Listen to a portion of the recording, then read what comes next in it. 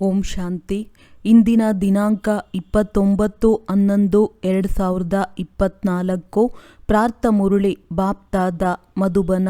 ಮಧುರ ಮಕ್ಕಳೇ, ಒಂದು ವೇಳೆ ಶಿವತಂದೆಗೆ ಗೌರವ ಕೊಡುತ್ತೀರೆಂದರೆ ಅವರ ಶ್ರೀಮತದಂತೆ ನಡೆಯುತ್ತೀರಿ. ಶ್ರೀಮತದಂತೆ ನಡೆಯುವುದೆಂದರೆ ತಂದೆಗೆ ಗೌರವ ಕೊಡುವುದಾಗಿದೆ. ಪ್ರಶ್ನೆ: ಮಕ್ಕಳು ತಂದೆಗಿಂತಲೂ ಜಾದೂಗರರಾಗಿದ್ದಾರೆ ಹೇಗೆ? ಉತ್ತರ: ಶ್ರೇಷ್ಠಾತಿ ಶ್ರೇಷ್ಠ ತಂದೆಯನ್ನು ತಮ್ಮ ಮಗುವನ್ನಾಗಿ ಮಾಡಿಕೊಳ್ಳುವುದು.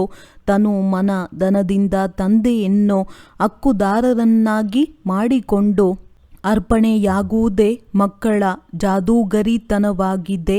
ಯಾರು ಈಗ ಭಗವಂತನನ್ನು ತಮ್ಮ ಹಕ್ಕುದಾರರನ್ನಾಗಿ ಮಾಡಿಕೊಳ್ಳುತ್ತಾರೆಯೋ ಅವರೇ 21 ಜನ್ಮಗಳವರೆಗೆ ಆಸ್ತಿಗೆ ಅಧಿಕಾರಿಯಾಗಿ ಬಿಡುತ್ತಾರೆ. ಪ್ರಶ್ನೆ: ಧರ್ಮರಾಜ ತೀರ್ಪನ್ನು ಕೊಡಲು ಯಾವ ಮಕ್ಕಳಿಗಾಗಿ ಕುಳಿತುಕೊಳ್ಳಬೇಕಾಗುತ್ತದೆ? ಉತ್ತರ: ಯಾರು ದಾನ ಕೊಟ್ಟಂತಹ ವಸ್ತುವನ್ನು ಮರಳಿ ಪಡೆಯುವ ಸಂಕಲ್ಪ ಮಾಡುತ್ತಾರೆ, ಮಾಯೆಗೆ ವಶರಾಗಿ ಸೇವಾ ಭಂಗ ಮಾಡುತ್ತಾರೆಯೋ ಅವರಿಗಾಗಿ ಧರ್ಮರಾಜನ ಸಭೆ ಕುಳಿತುಕೊಳ್ಳುತ್ತದೆ. ಓಂ ಶಾಂತಿ. ಆತ್ಮಿಕ ವಿಚಿತ್ರ ತಂದೆಯು ವಿಚಿತ್ರ ಮಕ್ಕಳಿಗೆ ತಿಳಿಸುತ್ತಾರೆ. ಅರ್ಥಾತ್ ದೂರ ದೇಶದಲ್ಲಿರುವವರು ಅವರಿಗೆ ಪರಮಪಿತ ಪರಮಾತ್ಮನೆಂದು ಕರೆಯಲಾಗುವುದು. ಅವರು ಬಹಳ ದೂರ ದೇಶದಿಂದ ಬಂದು ಈ ಶರೀರದ ಮೂಲಕ ಓದಿಸುತ್ತಾರೆ. ಈಗ ಯಾರು ಓದುತ್ತಾರೆಯೋ ಅವರು ಓದಿಸುವಂಥವರ ಜೊತೆ ಸಂಬಂಧವನ್ನು ತಾನೇ ತಾನಾಗಿಯೇ ಜೋಡಿಸುತ್ತಾರೆ. ಅವರಿಗೆ, ಏ ಮಕ್ಕಳೇ, ಶಿಕ್ಷಕನೊಂದಿಗೆ ಸಂಬಂಧವನ್ನಿಡಿ ಅಥವಾ ನೆನಪು ಮಾಡಿ ಎಂದು ಹೇಳಬೇಕಾಗುವುದಿಲ್ಲ. ತಂದೆಯು ತಿಳಿಸುತ್ತಾರೆ, ಏ ಆತ್ಮಿಕ ಮಕ್ಕಳೇ, ನಾನು ನಿಮ್ಮ ತಂದೆಯೂ ಆಗಿದ್ದೇನೆ, ಶಿಕ್ಷಕನೂ ಆಗಿದ್ದೇನೆ, ಗುರುವೂ ಆಗಿದ್ದೇನೆ. ಇವರ ಜೊತೆ ಯೋಗವನ್ನಿಡಿ, ಅರ್ಥಾತ್ ತಂದೆಯನ್ನು ನೆನಪು ಮಾಡಿ. ಇವರು ವಿಚಿತ್ರ ತಂದೆಯಾಗಿದ್ದಾರೆ. ನೀವು ಮತ್ತೆ ಮತ್ತೆ ಇವರನ್ನು ಮರೆತು ಹೋಗುವ ಕಾರಣ ಹೇಳಬೇಕಾಗುತ್ತದೆ. ಓದಿಸುವಂಥ ತಂದೆಯನ್ನು ನೆನಪು ಮಾಡುವುದರಿಂದ ನಿಮ್ಮ ಪಾಪವು ನಾಶವಾಗುತ್ತದೆ. ಶಿಕ್ಷಕನು ನನ್ನನ್ನು ನೋಡಿ ಎಂದು ಹೇಳಲು ಕಾಯಿದೆ ಇಲ್ಲ. ಆದರೆ ಇದರಲ್ಲಿ ಬಹಳ ಲಾಭವಿದೆ. ತಂದೆಯು ಹೇಳುತ್ತಾರೆ, ಕೇವಲ ನನ್ನನ್ನು ನೆನಪು ಮಾಡಿ. ಈ ನೆನಪಿನ ಬಲದಿಂದಲೇ ನಿಮ್ಮ ಪಾಪವು ನಾಶವಾಗುತ್ತದೆ. ಇದನ್ನು ನೆನಪಿನ ಯಾತ್ರೆ ಎಂದು ಕರೆಯಲಾಗುವುದು. ಈಗ ಆತ್ಮಿಕ ವಿಚಿತ್ರ ತಂದೆಯು ಮಕ್ಕಳನ್ನು ನೋಡುತ್ತಾರೆ. ಮಕ್ಕಳು ತನ್ನನ್ನು ಆತ್ಮನೆಂದು ತಿಳಿದು ತನ್ನ ವಿಚಿತ್ರ ತಂದೆಯನ್ನೇ ನೆನಪು ಮಾಡುತ್ತಾರೆ. ನೀವು ಗಳಿಗೆ ಗಳಿಗೆಗೆ ಶರೀರದಲ್ಲಿ ಬರುತ್ತೀರಿ. ನಾನಂತೂ ಇಡೀ ಕಲ್ಪದಲ್ಲಿ ಶರೀರದಲ್ಲಿ ಬರುವುದಿಲ್ಲ. ಕೇವಲ ಸಂಗಮ ಯುಗದಲ್ಲಿ ಮಾತ್ರ ಬಹಳ ದೂರ ದೇಶದಿಂದ ನೀವು ಮಕ್ಕಳಿಗೆ ಓದಿಸಲು ಬರುತ್ತೇನೆ. ಇದನ್ನು ಚೆನ್ನಾಗಿ ನೆನಪು ಮಾಡಬೇಕು. ತಂದೆಯು ನಮ್ಮ ತಂದೆ, ಶಿಕ್ಷಕ, ಸದ್ಗುರುವಾಗಿದ್ದಾರೆ, ವಿಚಿತ್ರರಾಗಿದ್ದಾರೆ. ಅವರಿಗೆ ತಮ್ಮದೇ ಆದಂತಹ ಶರೀರವಿಲ್ಲ ಅಂದಾಗ ನಂತರ ಹೇಗೆ ಬರುತ್ತಾರೆ? ನಾನು ಪ್ರಕೃತಿಯ ಮುಖದ ಆಧಾರವನ್ನು ತೆಗೆದುಕೊಳ್ಳಬೇಕಾಗುತ್ತದೆ ಎಂದು ತಂದೆಯು ತಿಳಿಸುತ್ತಾರೆ. ನಾನಂತೂ ವಿಚಿತ್ರನಾಗಿದ್ದೇನೆ. ನೀವೆಲ್ಲರೂ ಚಿತ್ರ ಇರುವಂಥವರಾಗಿದ್ದೀರಿ. ಆದ್ದರಿಂದ ನನಗಂತೂ ಅಗತ್ಯವಾಗಿ ರಥ ಬೇಕಾಗುತ್ತದೆ ಎಲ್ಲವೇ? ಕುದುರೆ ಗಾಡಿಯಲ್ಲಂತೂ ಬರುವುದಿಲ್ಲ ತಾನೆ. ತಂದೆಯು ಹೇಳುತ್ತಾರೆ, ನಾನು ಈ ತನುವಿನಲ್ಲಿ ಪ್ರವೇಶಿಸುತ್ತೇನೆ. ಯಾರು ನಂಬರ್ 1 ಆಗಿದ್ದಾರೆಯೋ ಅವರೇ ಲಾಸ್ಟ್ ನಂಬರ್ನಲ್ಲಿ ಬರುತ್ತಾರೆ. ಯಾರು ಸತೋಪ್ರಧಾನರಾಗಿದ್ದರೋ ಅವರೇ ತಮೋಪ್ರಧಾನರಾಗುತ್ತಾರೆ. ಆದುದರಿಂದ ಸತೋಪ್ರಧಾನ ಮಾಡಲು ಅವರೇ ಬಂದು ಓದಿಸುತ್ತಾರೆ. ತಂದೆಯು ತಿಳಿಸುತ್ತಾರೆ, ಈ ರಾವಣ ರಾಜ್ಯದಲ್ಲಿ ಪಂಚವಿಕಾರಗಳನ್ನು ಗೆದ್ದು ನೀವು ಮಕ್ಕಳು ಜಗಜ್ಜೀತರಾಗಬೇಕು. ನಮಗೆ ವಿಚಿತ್ರ ತಂದೆಯು ಓದಿಸುತ್ತಿದ್ದಾರೆ. ಅವರನ್ನು ನೆನಪು ಮಾಡಿದಾಗ ಪಾಪವು ಹೇಗೆ ಭಸ್ಮವಾಗುತ್ತದೆ ಎಂದು ನೀವು ನೆನಪಿಟ್ಟುಕೊಳ್ಳಬೇಕು. ಈ ಮಾತುಗಳನ್ನು ನೀವು ಈ ಸಂಗಮ ಯುಗದಲ್ಲಿ ಮಾತ್ರ ಕೇಳುತ್ತೀರಿ. ಒಮ್ಮೆ ಏನು ನಡೆಯುತ್ತದೆಯೋ ನಂತರವೂ ಅದೇ ಪುನರಾವರ್ತನೆಯಾಗುತ್ತದೆ. ಇದು ಎಷ್ಟೊಂದು ಉತ್ತಮ ತಿಳುವಳಿಕೆಯಾಗಿದೆ. ಇದಕ್ಕಾಗಿ ಬಹಳ ವಿಶಾಲ ಬುದ್ಧಿಯೂ ಬೇಕು. ಇದು ಯಾವ ಸಾಧು ಸಂತರ ಸತ್ಸಂಗವಂತೂ ಅಲ್ಲ. ಇವರನ್ನು ಶಿವತಂದೆ ತಂದೆಯೆಂದು ಕರೆಯುತ್ತೇವೆ ಅಂದಾಗ ಮಗನೆಂದು ಕರೆಯುತ್ತೇವೆ. ನೀವು ತಿಳಿದಿದ್ದೀರಿ, ಇವರು ನಮ್ಮ ತಂದೆಯೂ ಆಗಿದ್ದಾರೆ, ಮಗನೂ ಆಗಿದ್ದಾರೆ. ನಾವು ಎಲ್ಲವನ್ನೂ ಈ ಮಗನಿಗೆ ಆಸ್ತಿಯನ್ನು ಕೊಟ್ಟು ತಂದೆಯಿಂದ 21 ಜನ್ಮಗಳಿಗಾಗಿ ಕೆಲಸಕ್ಕೆ ಬಾರದೇ ಇದ್ದುದನ್ನು ಕೊಟ್ಟು ವಿಶ್ವದ ರಾಜ್ಯ ಭಾಗ್ಯವನ್ನು ನಾವು ಪಡೆಯುತ್ತೇವೆ. ಮಕ್ಕಳು ಹೇಳುತ್ತಾರೆ, ಬಾಬಾ, ನಾವು ಭಕ್ತಿ ಮಾರ್ಗದಲ್ಲಿ ನೀವು ಬಂದಾಗ ನಮ್ಮದೆಲ್ಲವನ್ನು ತನು ಮನ ಧನ ಸಹಿತ ಅರ್ಪಣೆಯಾಗುತ್ತೇವೆಂದು ಹೇಳಿದ್ದೆವು. ಲೌಕಿಕ ತಂದೆಯೂ ಸಹ ಮಕ್ಕಳ ಮೇಲೆ ಅರ್ಪಣೆಯಾಗುತ್ತಾರಲ್ಲವೇ? ಇಲ್ಲಂತೂ ನಿಮಗೆ ಎಂತಹ ವಿಚಿತ್ರ ತಂದೆಯೂ ಸಿಕ್ಕಿದ್ದಾರೆ. ಅವರನ್ನು ನೆನಪು ಮಾಡಿದರೆ ನಿಮ್ಮ ಪಾಪವು ಭಸ್ಮವಾಗಿ ನೀವು ನಿಮ್ಮ ಮನೆಗೆ ಹೊರಟು ಹೋಗುತ್ತೀರಿ. ಇದು ಎಷ್ಟೊಂದು ದೀರ್ಘ ಪ್ರಯಾಣವಾಗಿದೆ. ತಂದೆಯನ್ನು ನೋಡಿ ಎಲ್ಲಿ ಬರುತ್ತಾರೆ? ಹಳೆಯ ರಾವಣ ರಾಜ್ಯದಲ್ಲಿ ಬರುತ್ತಾರೆ. ತಂದೆಯು ಹೇಳುತ್ತಾರೆ, ನನ್ನ ಅದೃಷ್ಟದಲ್ಲಿ ಪಾವನ ಶರೀರವಂತೂ ಸಿಗುವುದಿಲ್ಲ. ಪತಿತರನ್ನು ಪಾವನ ಮಾಡಲು ಹೇಗೆ ಬರಲಿ? ನಾನು ಪವಿತ್ರ ಪ್ರಪಂಚದಲ್ಲಿಯೇ ಬಂದು ಪಾವನ ಮಾಡಬೇಕಾಗುತ್ತದೆ. ಅಂದಾಗ ಇಂತಹ ಶಿಕ್ಷಕನ ಬಗ್ಗೆ ಗೌರವವನ್ನಿಡಬೇಕಲ್ಲವೇ? ಅನೇಕರು ತಂದೆಯ ಬೆಲೆಯನ್ನೇ ತಿಳಿದುಕೊಂಡಿಲ್ಲ. ಇದು ಸಹ ನಾಟಕದಲ್ಲಿ ಆಗಲೇಬೇಕಾಗಿದೆ. ರಾಜಧಾನಿಯಲ್ಲಂತೂ ನಂಬರ್ ವಾರ್ ಎಲ್ಲರೂ ಬೇಕಲ್ಲವೇ? ಎಲ್ಲ ರೀತಿಯವರೂ ಸಹ ಇಲ್ಲಿಯೇ ತಯಾರಾಗುತ್ತಾರೆ. ಓದದೆ ತಂದೆಯನ್ನು ನೆನಪು ಮಾಡದೆ ಇರುವಂಥವರದ್ದು ಕಡಿಮೆ ದರ್ಜೆಯನ್ನು ಪಡೆಯುವಂಥವರ ಸ್ಥಿತಿಯು ಈ ರೀತಿ ಇರುತ್ತದೆ. ಇವರು ಬಹಳ ವಿಚಿತ್ರ ತಂದೆಯಾಗಿದ್ದಾರಲ್ಲವೇ? ಇವರ ನಡತೆಯೇ ಅಲೌಕಿಕವಾಗಿದೆ. ಇವರ ಪಾತ್ರವು ಬೇರೆ ಯಾರಿಗೂ ಸಿಗಲು ಸಾಧ್ಯವಿಲ್ಲ. ಈ ತಂದೆಯು ಬಂದು ನಿಮಗೆ ಎಷ್ಟೊಂದು ಶ್ರೇಷ್ಠ ವಿದ್ಯೆಯನ್ನು ಓದಿಸುತ್ತಾರೆ. ಆದರೆ ಅವರ ಬಗ್ಗೆ ನೀವು ಗೌರವವನ್ನಿಡಬೇಕಾಗಿದೆ. ಅವರ ಶ್ರೀಮತದಂತೆ ನಡೆಯಬೇಕಾಗಿದೆ. ಮಾಯೆಯು ಮತ್ತೆ ಮತ್ತೆ ಮರೆಯುವಂತೆ ಮಾಡುತ್ತದೆ. ಮಾಯೆಯು ಎಷ್ಟೊಂದು ಭಯಂಕರವಾಗಿದೆ ಎಂದರೆ ಒಳ್ಳೊಳ್ಳೆಯ ಮಕ್ಕಳನ್ನು ಸಹ ಬೀಳಿಸಿ ಬಿಡುತ್ತದೆ. ತಂದೆಯು ಎಷ್ಟೊಂದು ಶ್ರೀಮಂತರನ್ನಾಗಿ ಮಾಡುತ್ತಾರೆ. ಆದರೆ ಮಾಯೆಯು ಒಮ್ಮೆಯೇ ಮುಖವನ್ನು ತಿರುಗಿಸಿ ಬಿಡುತ್ತದೆ. ಮಾಯೆಯಿಂದ ತಪ್ಪಿಸಿಕೊಳ್ಳಬೇಕೆಂದರೆ ಅಗತ್ಯವಾಗಿ ತಂದೆಯನ್ನು ನೆನಪು ಮಾಡಬೇಕು. ಬಹಳ ಒಳ್ಳೆಯ ಮಕ್ಕಳು ತಂದೆಯವರಾದ ನಂತರ ಮಾಯೆಯವರಾಗಿ ಬಿಡುತ್ತಾರೆ. ಅದನ್ನು ಕೇಳಲೇಬೇಡಿ. ಪಕ್ಕಾ ದ್ರೋಹಿಗಳಾಗಿ ಬಿಡುತ್ತಾರೆ. ಮಾಯೆಯು ಒಂದೇ ಸಾರಿ ಮೂಗನ್ನು ಹಿಡಿದು ಬಿಡುತ್ತದೆ. ಆದ್ದರಿಂದ ಆನೆಯನ್ನು ಮೊಸಳೆ ತಿಂದಿತೆಂಬ ಮಾತಿದೆಯಲ್ಲವೇ? ಆದರೆ ಅದರ ಅರ್ಥವನ್ನು ಯಾರೂ ತಿಳಿದುಕೊಂಡಿಲ್ಲ. ತಂದೆಯು ಪ್ರತಿಯೊಂದು ಮಾತನ್ನು ಚೆನ್ನಾಗಿ ತಿಳಿಸುತ್ತಾರೆ. ಕೆಲವು ಮಕ್ಕಳು ತಿಳಿದುಕೊಳ್ಳುತ್ತಾರೆ, ಆದರೆ ನಂಬರ್ ವಾರ್ ಪುರುಷಾರ್ಥದನುಸಾರ. ಕೆಲವರಿಗಂತೂ ಸ್ವಲ್ಪವೂ ಧಾರಣೆಯಾಗುವುದಿಲ್ಲ. ಇದು ಬಹಳ ಶ್ರೇಷ್ಠ ವಿದ್ಯೆಯಾಗಿದೆಯಲ್ಲವೇ? ಆದ್ದರಿಂದ ಇದರ ಧಾರಣೆ ಮಾಡಲಾಗುವುದಿಲ್ಲ. ಅಂಥವರಿಗೆ ತಂದೆಯು ತಿಳಿಸುತ್ತಾರೆ, ಅವರ ಅದೃಷ್ಟದಲ್ಲಿ ರಾಜ್ಯಭಾಗ್ಯವಿಲ್ಲ. ಕೆಲವರು ಎಕ್ಕದ ಹೂವಾಗಿದ್ದಾರೆ, ಕೆಲವರು ಸುವಾಸನೆ ಇರುವಂತಹ ಹೂವಾಗಿದ್ದಾರೆ. ಇದು ಭಿನ್ನವಾದಂತಹ ತೋಟವಾಗಿದೆ ಎಲ್ಲವೇ? ಹೀಗೂ ಇರಬೇಕಾಗುತ್ತದೆ. ನಿಮಗೆ ರಾಜಧಾನಿಯಲ್ಲಿ ನೌಕರ ಚಾಕರರು ಸಿಗುತ್ತಾರೆ. ಇಲ್ಲವೆಂದರೆ ನೌಕರ ಚಾಕರರು ಹೇಗೆ ಸಿಗುತ್ತಾರೆ? ರಾಜ್ಯವು ಇಲ್ಲಿಂದಲೇ ತಯಾರಾಗುತ್ತದೆ. ನೌಕರ ಚಾಕರ ಚಂಡಾಲ ಎಲ್ಲರೂ ಸಿಗುತ್ತಾರೆ. ಈ ರಾಜಧಾನಿಯು ಸ್ಥಾಪನೆಯಾಗುತ್ತಿದೆ. ಆಶ್ಚರ್ಯವಲ್ಲವೇ?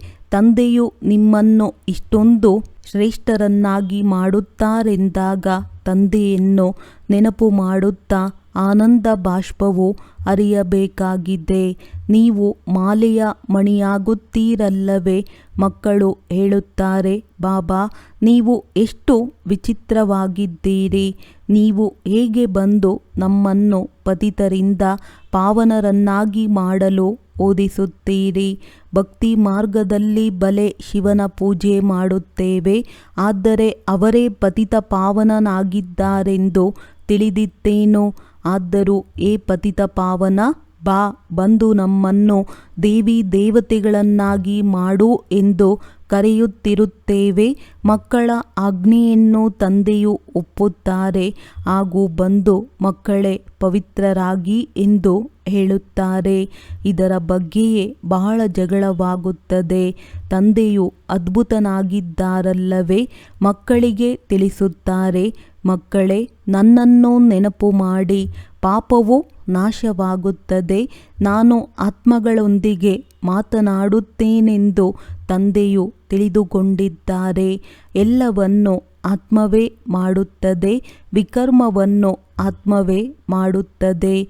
ನಂತರ ಶರೀರದ ಮೂಲಕ ಆತ್ಮವೇ ಭೋಗಿಸುತ್ತದೆ. ನಿಮಗಾಗಿ ಧರ್ಮರಾಜನ ಸಭೆಯು ತೀರ್ಪಿಗಾಗಿ ಕುಳಿತುಕೊಳ್ಳುತ್ತದೆ. ವಿಶೇಷವಾಗಿ ಯಾವ ಮಕ್ಕಳು ಸೇವೆಗಾಗಿ ಯೋಗ್ಯರಾಗುತ್ತಾರೆ, ನಂತರ ದ್ರೋಹಿಗಳಾಗಿ ಬಿಡುತ್ತಾರೆ, ಆ ಮಕ್ಕಳಿಗಾಗಿ ಕುಳಿತುಕೊಳ್ಳಬೇಕಾಗುತ್ತದೆ. ಇದಂತೂ ತಂದೆಗೆ ಗೊತ್ತಿದೆ. ಮಾಯೆಯು ಹೇಗೆ ಮಕ್ಕಳನ್ನು ನುಂಗಿಬಿಡುತ್ತದೆ. ಬಾಬಾ, ನಾವು ಸೋತು ಬಿಟ್ಟೆವು, ಮುಖವನ್ನು ಕಪ್ಪು ಮಾಡಿಕೊಂಡೆವು, ಈಗ ಕ್ಷಮೆ ಮಾಡಿ. ಈಗ ಬಿದ್ದು ಮಾಯೆಗೆ ವಶರಾಗಿ ಮತ್ತೆ ಕ್ಷಮೆ ಕೇಳುವುದೇನು? ಅಂಥವರಂತೂ ಬಹಳ ಕಷ್ಟಪಡಬೇಕಾಗುವುದು. ಹೀಗೆ ಬಹಳಷ್ಟು ಮಾಯೆಗೆ ಸೋತು ಬಿಡುತ್ತಾರೆ. ತಂದೆಯು ತಿಳಿಸುತ್ತಾರೆ, ಇಲ್ಲಿ ತಂದೆಗೆ ದಾನ ಕೊಟ್ಟು ನಂತರ ಮರಳಿ ಪಡೆಯಬಾರದು, ಇಲ್ಲವೆಂದರೆ ಎಲ್ಲವೂ ನಾಶವಾಗುತ್ತದೆ. ಹರಿಶ್ಚಂದ್ರನ ಉದಾಹರಣೆ ಇದೆಯಲ್ಲವೇ? ದಾನ ಕೊಟ್ಟ ನಂತರ ಮತ್ತೆ ಜಾಗರೂಕರಾಗಿರಬೇಕು.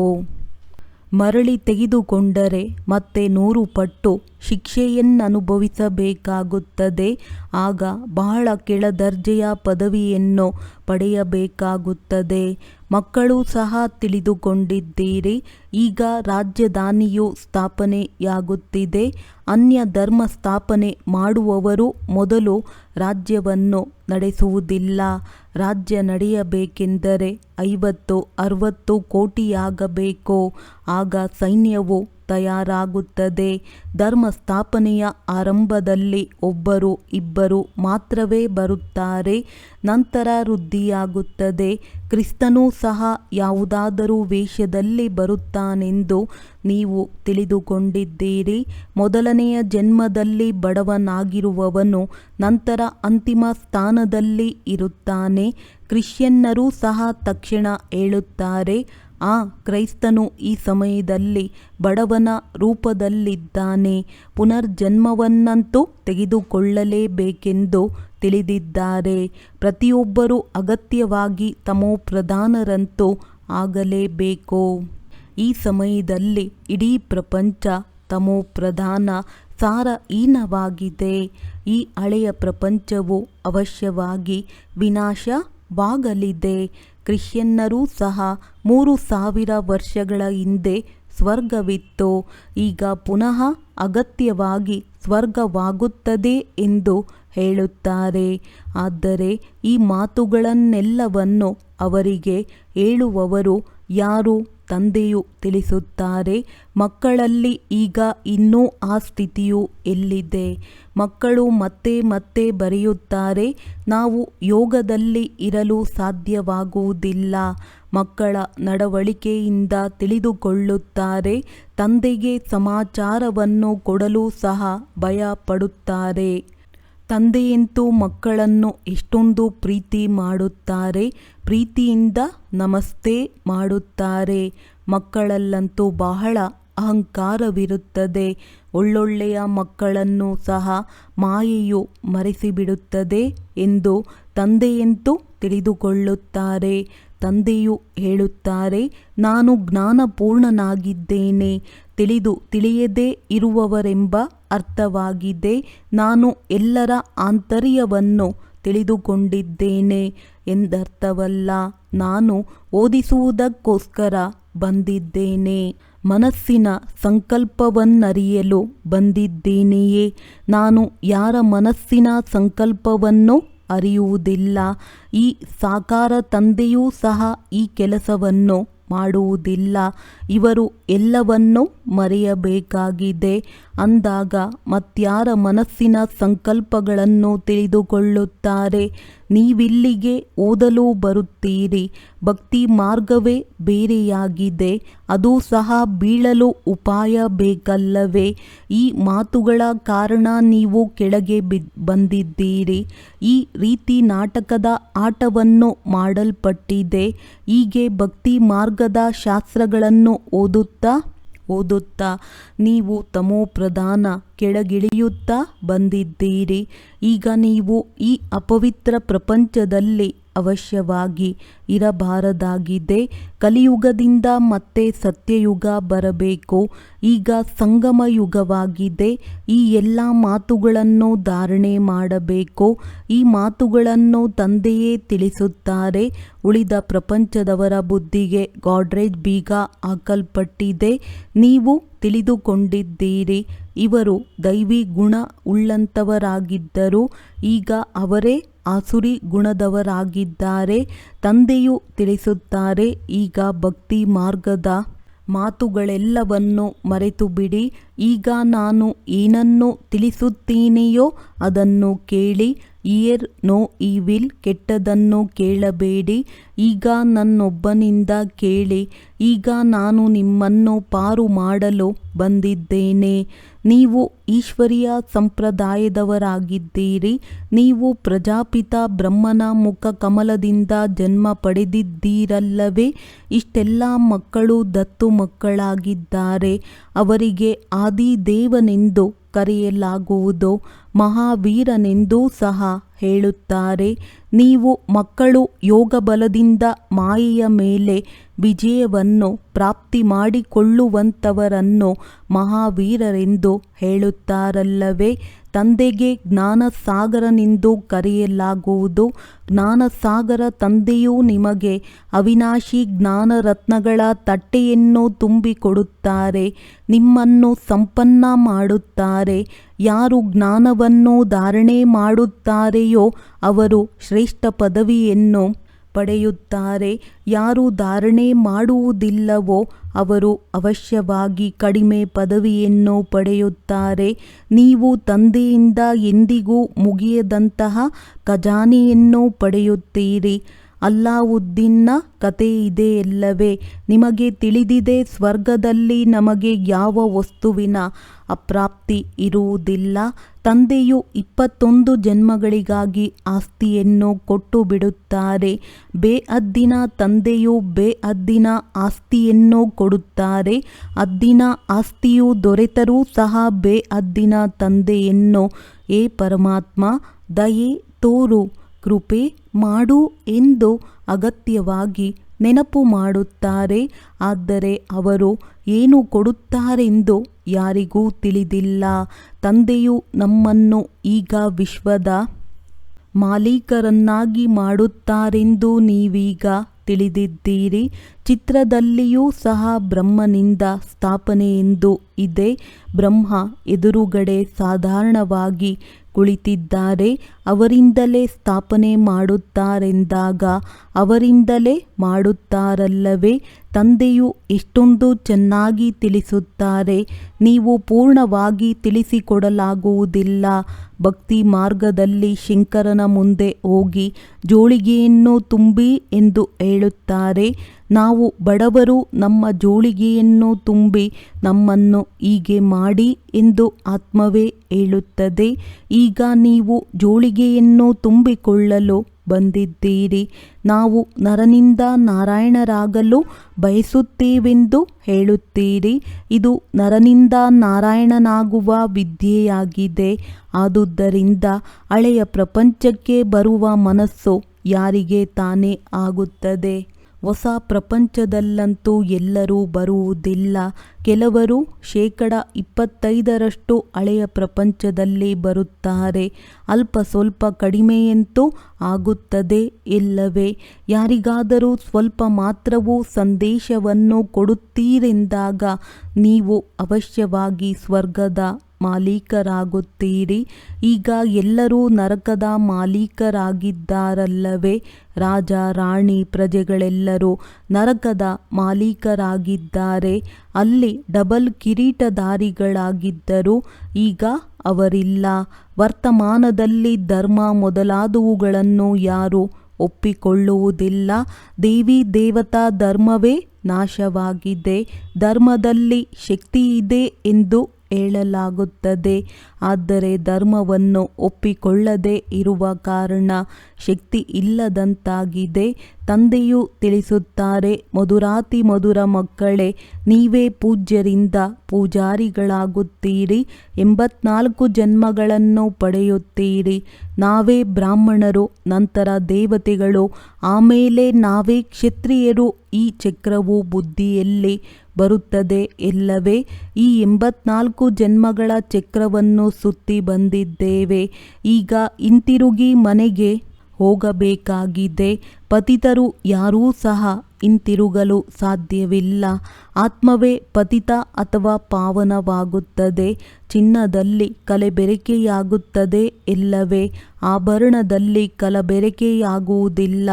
ಈ ಜ್ಞಾನಾಗ್ನಿಯಿಂದ ಇಡೀ ಕಲಬೆರಕೆಯನ್ನೆಲ್ಲ ತೆಗೆದು ಪಕ್ಕಾ ಚಿನ್ನವಾಗಿ ಬಿಟ್ಟಾಗ ನಿಮಗೆ ಪರಿಶುದ್ಧವಾದ ಆಭರಣವು ಸಿಗುತ್ತದೆ. ಈಗ ಆತ್ಮವು ಪತಿತವಾಗುತ್ತದೆ. ಆದ್ದರಿಂದ ಪಾವನರ ಮುಂದೆ ತಲೆಬಾಗುತ್ತದೆ. ಎಲ್ಲವನ್ನೂ ಆತ್ಮವೇ ಮಾಡುತ್ತದೆ. ತಂದೆಯು ತಿಳಿಸುತ್ತಾರೆ, ಮಕ್ಕಳೇ, ಕೇವಲ ನನ್ನೊಬ್ಬನನ್ನೇ ನೆನಪು ಮಾಡಿದಾಗ ನಿಮ್ಮ ಹಡಗು ಪಾರಾಗುತ್ತದೆ. ಪವಿತ್ರರಾಗಿ ಪವಿತ್ರ ಪ್ರಪಂಚಕ್ಕೆ ಹೊರಟು ಹೋಗುತ್ತೀರಿ. ಈಗ ಎಷ್ಟೊಂದು ಪುರುಷಾರ್ಥ ಮಾಡುತ್ತೀರಿ. ಎಲ್ಲರಿಗೂ ಇದೇ ಪರಿಚಯವನ್ನು ಕೊಡುತ್ತೀರಿ. ಅವರು ಹದ್ದಿನ ತಂದೆಯಾಗಿದ್ದಾರೆ. ಇವರು ಬೇಹದ್ದಿನ ತಂದೆಯಾಗಿದ್ದಾರೆ. ಸಂಗಮ ಯುಗದಲ್ಲಿಯೇ ತಂದೆಯು ಸ್ವರ್ಗದ ಆಸ್ತಿಯನ್ನು ಕೊಡಲು ಬರುತ್ತಾರೆ. ಆದ್ದರಿಂದ ಇಂತಹ ತಂದೆಯನ್ನು ನೆನಪು ಮಾಡಬೇಕಲ್ಲವೇ? ಶಿಕ್ಷಕನನ್ನು ವಿದ್ಯಾರ್ಥಿಗಳೆಂದಾದರೂ ಮರೆಯುತ್ತಾರೇನೋ? ಆದರೆ ಮಾಯೆಯು ಇಲ್ಲಿ ಮರೆಯುವಂತೆ ಮಾಡುತ್ತದೆ. ಆದ್ದರಿಂದ ಇಲ್ಲಿ ಬಹಳ ಜಾಗರೂಕರಾಗಿರಬೇಕು. ಯುದ್ಧದ ಮೈದಾನವಲ್ಲವೇ? ಅಂದಾಗ ತಂದೆಯು ಹೇಳುತ್ತಾರೆ, ಈಗ ವಿಕಾರದಲ್ಲಿ ಹೋಗಬೇಡಿ, ಅಪವಿತ್ರರಾಗಬೇಡಿ. ಈಗಂತೂ ಸ್ವರ್ಗದಲ್ಲಿ ಹೋಗಬೇಕಾಗಿದೆ. ಪವಿತ್ರರಾಗಿಯೇ ಪವಿತ್ರ ಪ್ರಪಂಚದ ಮಾಲೀಕರಾಗುತ್ತೀರಿ. ನಾನು ನಿಮಗೆ ವಿಶ್ವದ ರಾಜ್ಯಭಾಗ್ಯವನ್ನು ಕೊಡುತ್ತೇನೆ. ಇದು ಕಡಿಮೆ ಮಾತೇನು? ಕೇವಲ ಈ ಒಂದು ಜನ್ಮದಲ್ಲಿ ಪವಿತ್ರರಾಗಿರಿ. ಈಗ ಪವಿತ್ರರಾಗದಿದ್ದರೆ ಕೆಳಗಿಳಿಯುತ್ತಾ ಹೋಗುತ್ತೀರಿ. ಬಹಳಷ್ಟು ಆಕರ್ಷಣೆಗಳಿವೆ. ಕಾಮಜೀತರಾದಾಗ ನೀವು ಜಗತ್ತಿಗೆ ಮಾಲೀಕರಾಗುತ್ತೀರಿ. ನೀವು ಅತಿ ಸ್ಪಷ್ಟವಾಗಿ ಹೇಳಬಹುದು, ಪರಮಪಿತ ಪರಮಾತ್ಮನೇ ಜಗತ್ತಿಗೆ ಪಿತನಾಗಿದ್ದಾರೆ. ಅವರೇ ಇಡೀ ಜಗತ್ತಿಗೆ ಸದ್ಗತಿ ಕೊಡುತ್ತಾರೆ. ಒಳ್ಳೆಯದು. ಮಧುರಾತಿ ಮಧುರ ಅಗಲಿ ಹೋಗಿ ಮರಳಿ ಸಿಕ್ಕಿರುವಂತಹ ಮಕ್ಕಳಿಗೆ ಪ್ರೀತಿಯ ಮಾತ್ಪಿತಾ ಬಾಪ್ದಾದಾರವರ ನೆನಪು, ಪ್ರೀತಿ ಹಾಗೂ ನಮಸ್ತೆ. ಆತ್ಮೀಯ ಮಕ್ಕಳಿಗೆ ಆತ್ಮೀಯ ತಂದೆಯ ನಮಸ್ತೆ. ಧಾರಣೆಗಾಗಿ ಮುಖ್ಯ ಸಾರ: ಅವಿನಾಶಿ ಜ್ಞಾನ ರತ್ನಗಳಿಂದ ಬುದ್ಧಿರೂಪಿ ಜೋಳಿಗೆಯನ್ನು ತುಂಬಿಕೊಂಡು ಸಂಪನ್ನರಾಗಬೇಕು. ಯಾವುದೇ ರೀತಿಯ ಅಹಂಕಾರವನ್ನು ತೋರಿಸಬಾರದು. ಸೇವೆಗೆ ಯೋಗ್ಯರಾಗಿ ನಂತರ ದ್ರೋಹಿಯಾಗಿ ಎಂದಿಗೂ ಡಿಸ್ಸರ್ವಿಸ್ ಮಾಡಬಾರದಾಗಿದೆ. ದಾನ ಕೊಟ್ಟ ನಂತರ ಬಹಳ ಎಚ್ಚರಿಕೆಯಿಂದಿರಬೇಕು. ಎಂದಿಗೂ ಮರಳಿ ಪಡೆಯುವ ಯೋಚನೆ ಬಾರದಿರಲಿ. ವರದಾನ ಡೈರೆಕ್ಟ್ ಪರಮಾತ್ಮ ಲೈಟ್ನ ಸಂಬಂಧದ ಮೂಲಕ ಅಂಧಕಾರವನ್ನು ಓಡಿಸುವಂತಹ ಲೈಟ್ ಹೌಸ್ ಭವ. ತಾವು ಮಕ್ಕಳ ಬಳಿ ಡೈರೆಕ್ಟ್ ಪರಮಾತ್ಮ ಲೈಟ್ನ ಸಂಬಂಧವಿದೆ. ಕೇವಲ ಸ್ವಮಾನದ ಸ್ಮೃತಿಯ ಸ್ವಿಚ್ ಡೈರೆಕ್ಟ್ ಲೈನ್ನಿಂದ ಆನ್ ಮಾಡಿರಿ. ಆಗ ಲೈಟ್ ಬಂದು ಬಿಡುತ್ತದೆ ಮತ್ತು ಸೂರ್ಯನ ಪ್ರಕಾಶತೆಯನ್ನು ಬಚ್ಚಿಡುವಂತಹ ಎಂತಹದೇ ಕಪ್ಪು ಮೋಡಗಳೇ ಇರಲಿ ಅದು ಸಹ ಓಡಿ ಹೋಗುತ್ತದೆ. ಇದರಿಂದ ಸ್ವಯಂ ಲೈಟ್ನಲ್ಲಿ ಇದ್ದೇ ಇರುತ್ತೀರಿ. ಆದರೆ ಅನ್ಯರಿಗಾಗಿಯೂ ಸಹ ಲೈಟ್ ಹೌಸ್ ಆಗಿ ಬಿಡುತ್ತೀರಿ. ಸ್ಲೋಗನ್ ಸ್ವಪುರುಷಾರ್ಥದಲ್ಲಿ ತೀವ್ರವಾಗುತ್ತೀರೆಂದರೆ ತಮ್ಮ ಪ್ರಕಂಪನಗಳಿಂದ ಅನ್ಯರ ಮಾಯೆಯು ಸಹಜವಾಗಿ ಓಡಿ ಹೋಗುತ್ತದೆ. ಒಳ್ಳೆಯದು. ಓಂ ಶಾಂತಿ.